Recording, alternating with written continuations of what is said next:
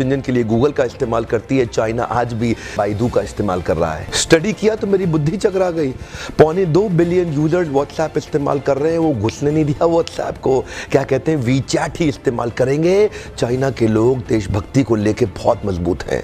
अपने देश के home grown online entrepreneur Jack Ma को सपोर्ट करने के लिए, अलीबाबा को बढ़ाने के लिए आज तक अमेजॉन को घुसने नहीं दिया इन लोगों ने चाइना में। लगभग दुनिया के सभी देश जीमेल को एक्सेप्ट कर रहे हैं, लेकिन ये अभी भी ऑयल क्यू का इस्तेमाल कर रहे हैं। फेसबुक ने जीत जान कर जोर लगा लिया। दुनिया की सबसे बड़ी पॉपुलेशन चाइना में थी। फेसबुक सोचा चाइना में बड़ा धंधा मिलेगा। चाइनीज लोगों ने होम ग्रोन एंटरप्रेन्योर को डेवलप किया, renren.com लिया, फेसबुक को घुसने नहीं दिया। आप इस्तेमाल करिए ना ट्विटर, वो तो वाइबो इस्तेमाल कर रहे हैं। यूट्यूब का अपना ही वर्जन निकाल दिया, यूकू। अपने देश के इंडिविजुअल्स और कॉर्पोरेट की बढ़ोतरी और बेहतरी के लिए पूरा देश इकट्ठा खड़ा हो जाता है इनका।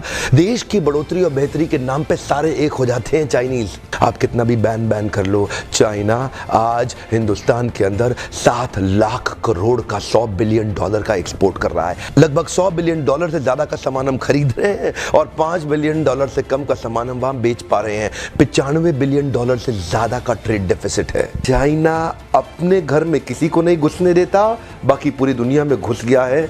ओप्पो और वीवो दोनों का मालिक एक ही है और हिंदुस्तान में इस प्रकार घुस गए हैं कि घर घर जाके ही मानेंगे।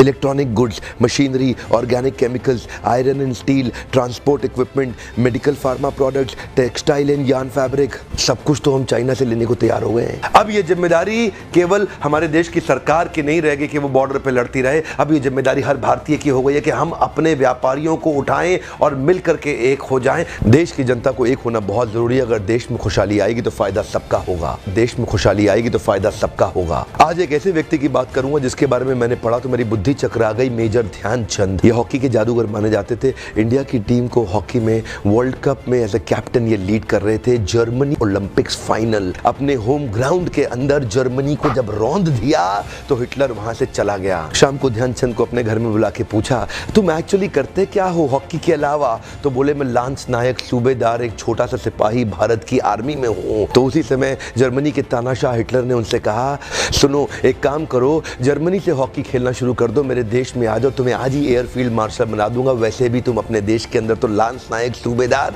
तुमको कोई नहीं पूछने वाला, तुम्हारा देश तुम्हें कुछ नहीं देगा। ध्यान दीजिएगा। तभी मुस्कुराते हुए हमारे देश के उस वीर सिपाही ने हिटलर को निडर आवाज में जवाब दिया कि मेरे देश की जिम्मेदारी नहीं है मुझे आगे बढ़ाने की, ये मेरी जिम्मेदारी है कि मैं देश को आगे बढ़ाऊंगा। हाँ, मेरे देश की जिम्मेदारी नहीं है मुझे आगे बढ़ाने की, ये मेरी जिम्मेदारी है कि मैं अपने देश को आगे बढ़ाऊंगा। आज मैं आपसे पूछता हूं, आज मैं आपको चुनौती देता हूं। और क्या चुनौती दूंगा? मैं चाहता हूं आप अपने आप को चुनौती दें कि आपकी क्या जिम्मेदारी बनती है देश को आगे बढ़ाने की। मैं आपसे पूछता हूं, आज एक सोचने का दिन है, समझने का दिन है। मैं आपको याद दिलाना चाहता हूं कि क्या आप कुछ ऐसा कर सकते हैं जिससे देश का कुछ फायदा हो? क्या आप कुछ थोड़ा बहुत ऐसा कर सकते हैं जिससे देश में खुशहाली आए? कम ऑन, देश में खुशहाली आएगी तो फायदा सबका होगा।